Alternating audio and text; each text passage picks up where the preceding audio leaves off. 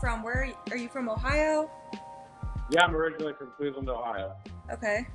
Born and bred. And did you grow up in like an art scene, or was that something that you kind of had to go out of your way to find?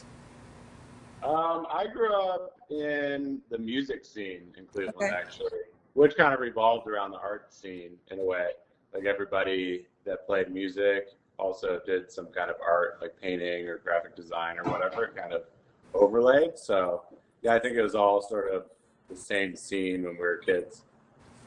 So you're born in Ohio, started on the music scene. Tell us a little bit about your journey, a little bit about your background, a little about your story. Like, because right now you're currently in LA. So, Right. Yeah, so I was into art in high school, early on in childhood, I was into art. I was really into music, and I really wanted to be like a rock star. But my mom made me go to college pretty much because I was like, I don't want to go to college. I just want to like be a rock star, mom. What was It's your like, major? no, what? What did you major in? So I majored in art originally, but then as John knows, I think, I got into a bit of trouble in school my freshman year. So I actually ended up getting suspended from college. And then I left for a while and I wanted to go be a chef because I also love cooking. I grew up next to my grandmother Hmm. and she cooked a lot. And I just, like, I've always had a knack for cooking. So I thought, oh, maybe I'd go and do that. Yeah. Um, but after kind of studying under people in under a couple chefs, I realized that it really wasn't my thing. And I was also kind of in love with a girl back in college. So I decided to go back to college and I changed my major from art to architecture. I wasn't really sure why. I just kind of chose it because I thought art wasn't creating enough structure for me in Hmm. a way. So maybe I'd try architecture out. And I fell in love with it for a long time.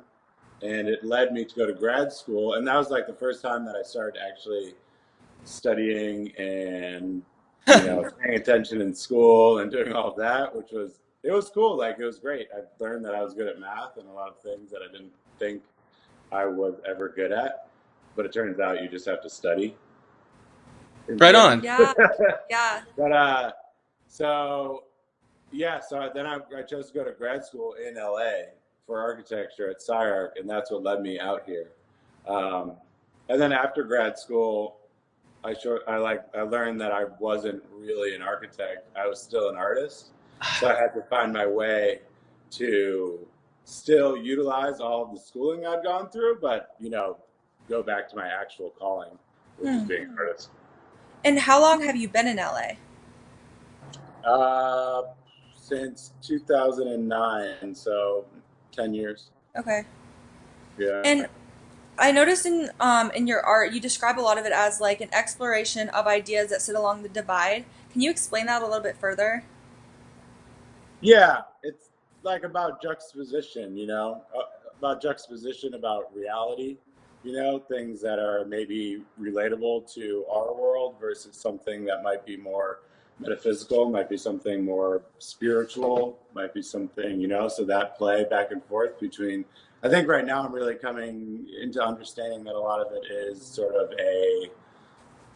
of magical realism in a way. It's something that is based in reality in a way, but also based in a dream world, in a kind of like another world. So that divide is really where that lays, somewhere in between our world and a make believe or spiritual realm, say. Very cool. So what I'm currently understanding though about your journey was you started in art and there wasn't enough structure. It sounds like because there's too much like, oh, what is art type deal, and then you found architecture and there's some more structure, and they're like, whoa, I got architecture, I like this, and and you found passion, and you're like, okay, I can do this, and then you Yeah. discover that not only can I do this, but oh, I can do math, or I'm great at math because I found this passion through architecture. I never said I was great at math. That's for sure. But it's like when you're passionate about something, you can do things that you never really thought you could. So that's Right. And I also think it was just like what I needed in my life at that age. Like I think that I don't know. At that age, I just was getting in a lot of trouble, and I needed something to kind of steer me away from it. Um, and architecture made me focus, and I guess it really taught me how to, you know, take a project or an idea and actually do it. You know, do it all the way through. Where art, I mean, I do that now, but I didn't have it in me back then, I guess. So you found that passion through architecture and then came back to art. So you took what you learned out in SciArc or at SciArc or through architecture and now are applying that to art or in the artist world, I guess. Right. Very cool. So tell us a little bit about your art. Like, what are you currently? Tell us a little about some of your sculptures, your design, your furniture. I mean, you do it all. It seems like, Yeah. yeah. Yeah. Well, right now I'm actually dividing my practice into, because I do furniture and because I do sculpture, I'm starting my furniture line. I'm separating out and going to be calling it, I think, Kiss Cop. Ooh. Wait, say that again. Kiss Cop. Kiss Kiss Cop? Cop. Cop. Yep. How do you Which is spell my that? last name, KISCOP, Okay. which is just my last name backwards. Oh, cool. Uh, I like it. and because I've been kind of struggling to divide those two things, I realized that it would just be easier to rebrand the furniture and have it its own business fully, that can operate as more, you know, a furniture brand should do. And then I can, under my name, just work with the sculptures. So that's what I'm currently doing. And I've been working on a lot of different, very like figurative sculptures recently. These are some in the background here, which are called Pipe Beings Mm. series. And they're really about, you know, I think they're a little bit of a self-portrait in a way sometimes, but they're very much about emotion, you know, and capturing a certain emotion that you might have. And they also tell a story of a sort of fictional narrative. You know, they belong to a world that isn't necessarily ours. They do have some humanoid features, you know, like I was talking about before. They sit on that divide in between like something that's recognizable to our world versus something that's recognizable in, say, a dream that you might have or whatnot. And that's what those really try to represent and feel, and see what it can gain from, you know, what it means to you as the viewer Oh, and what kind of emotions it can pull from, yeah, each individual.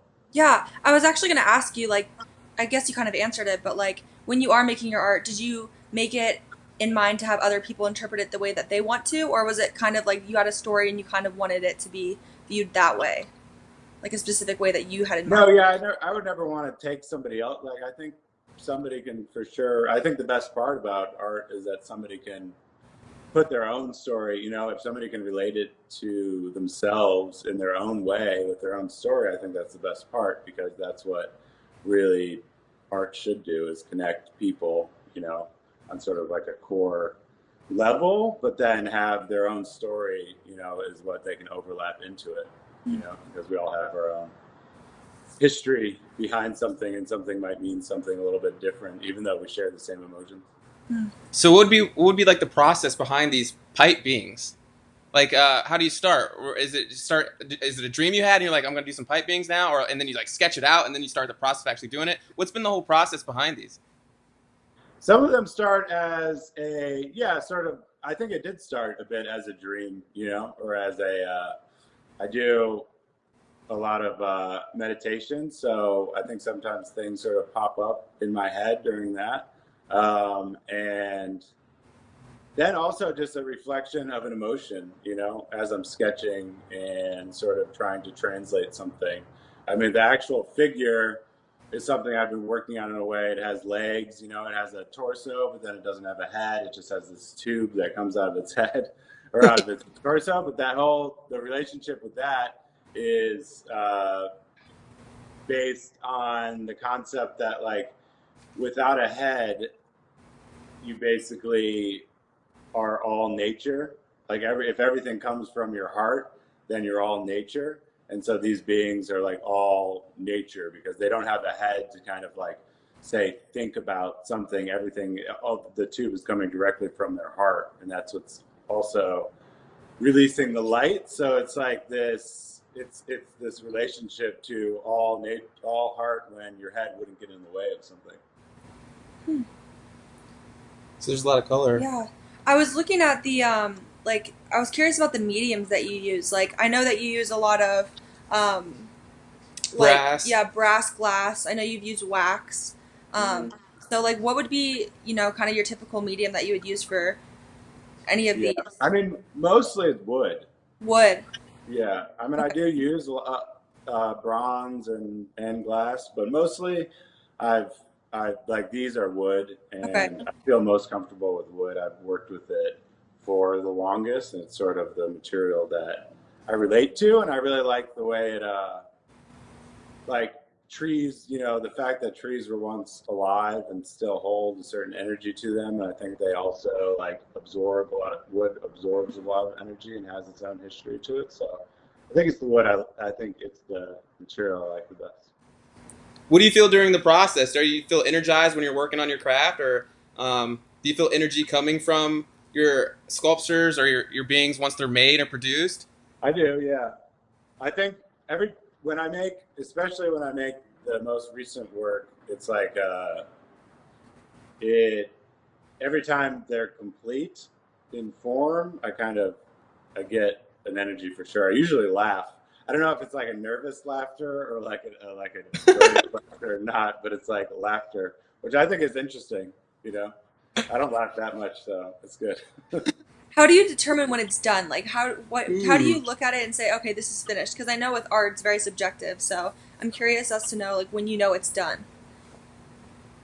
Yeah, I mean, I think when it has its own voice, when it can really when what I'm trying to express is there, and also like when it can just stand on its own Mhm. and be its own thing, then it's done. You know. Do you ever feel like very sorry to interrupt you. You can continue. No, no, go I was just gonna ask, like, do you ever feel very connected to your art pieces and like not want to, either sell them or, you know? ahead. I mean, when they're in the studio, I feel really connected to them. I feel like when somebody buys them, I do, but it's sort of like at that point, they're almost like I don't know. It's like they've been adopted by somebody else, and I don't really have the right to care about them anymore. Hmm. Well, so what's that process like? I mean, I want to get to this towards more of the in the interview too, but like, when you're selling your art pieces, are people buying directly from you, or are you giving them to boutiques, or how's this process working? Well, I mean, I work with galleries, Galleries.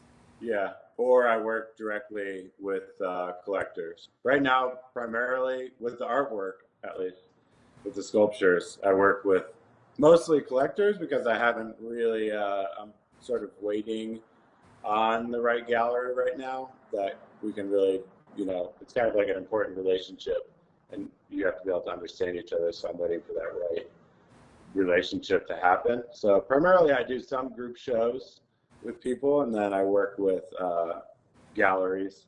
And then on the furniture end, I work with showrooms here in LA, I know. What? and I sell online too, actually. Okay. What about like your objects such as like your knife boards and your vases? Is that Yeah, something that is kind of a more common purchase for people for use, yeah. or So people always? buy that online directly, or they buy it. Yeah, I work with showrooms that represent that work. That's the Kiss Cop now. Yeah, is Kiss Cop out there? Is this like out there now? No, I'm gonna be like I'm gonna be launching soon. Like my website guys. I'm waiting on him, and then as soon, hopefully like next week. Oh wow. Wow. So we have like the exclusive right now Yeah, that's right. on Kiss Cop. Yeah. You That's know it. awesome. And a lot of your pieces, they're like there's a lot of beauty in them, but then a lot of them are very grotesque as well. Can you tell me a Uh, little bit about that? yeah, I mean, I think that's what I really try and get in each piece is having both, because I think that's just like a representation of life. You know, like life. If life is all beauty, it's like it's not. You know, and it is grotesque, and there's a lot of like ugliness out there too, and that's also beautiful. Like everything is it's just a representation of what life is. You know, I think something that's too beautiful is just really weird. You know, um, and obviously something that's like really grotesque is a little bit off-putting too. But if you have both overlaying, it's just I don't know. I think it's a relatable thing because we see it in life every day. Yeah, definitely all about balance for sure. And I was telling Lena earlier when we were looking at some of your pieces, like your tables, um, and this goes hand in hand with like your sculptures, the beings. Like your tables look pregnant. Uh, Mm-hmm. is that have you heard that before, or is that Yeah, for sure. No, that's on purpose. on purpose? So like, can you Yeah. tell me a little bit about the like, and the anatomy in your artwork, or why you draw from like the human form or its shape, I guess, if you will.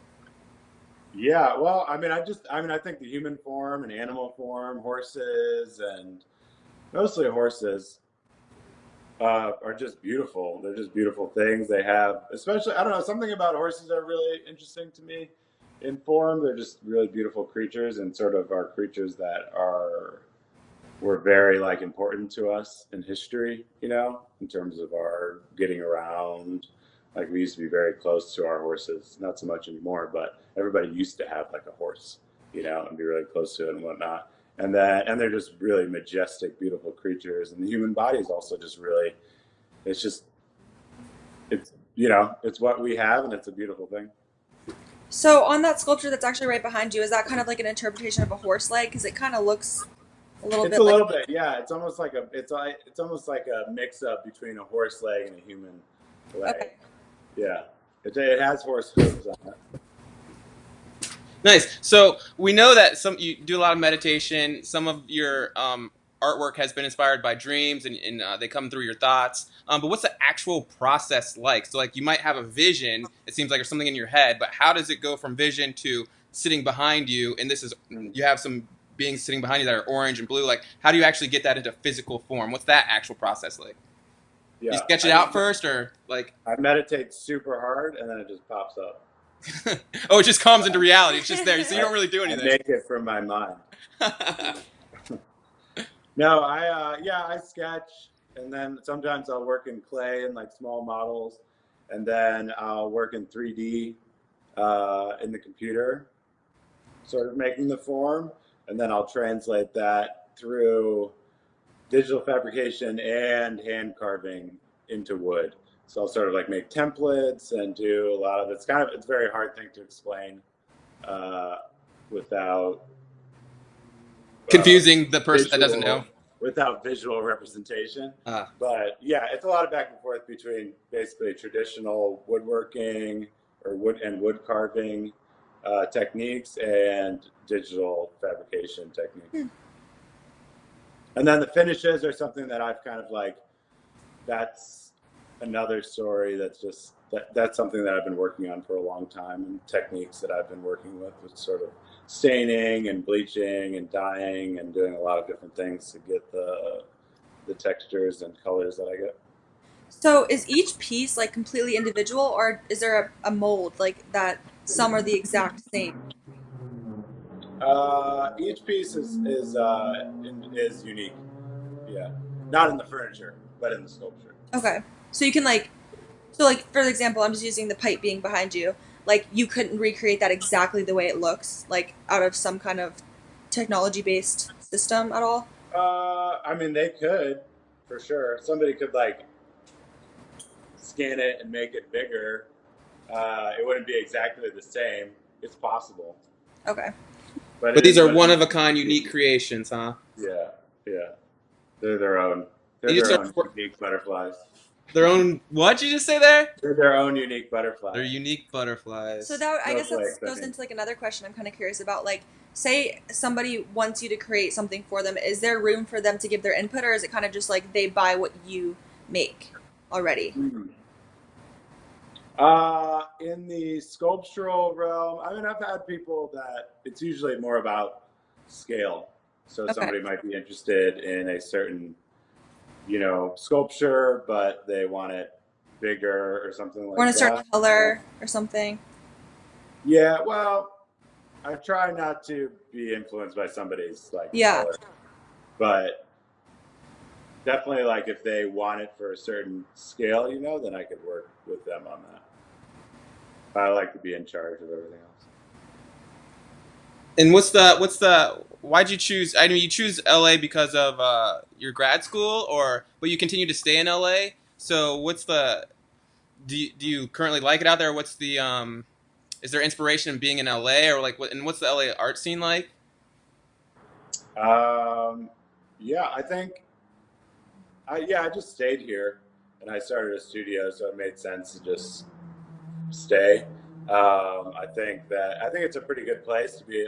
If you're an artist that need like a sculptor that needs a lot of space, it's pretty good, because you can get space here. Where if you're in New York City, it'd be a lot harder. It'd be a lot more expensive to have that amount of space.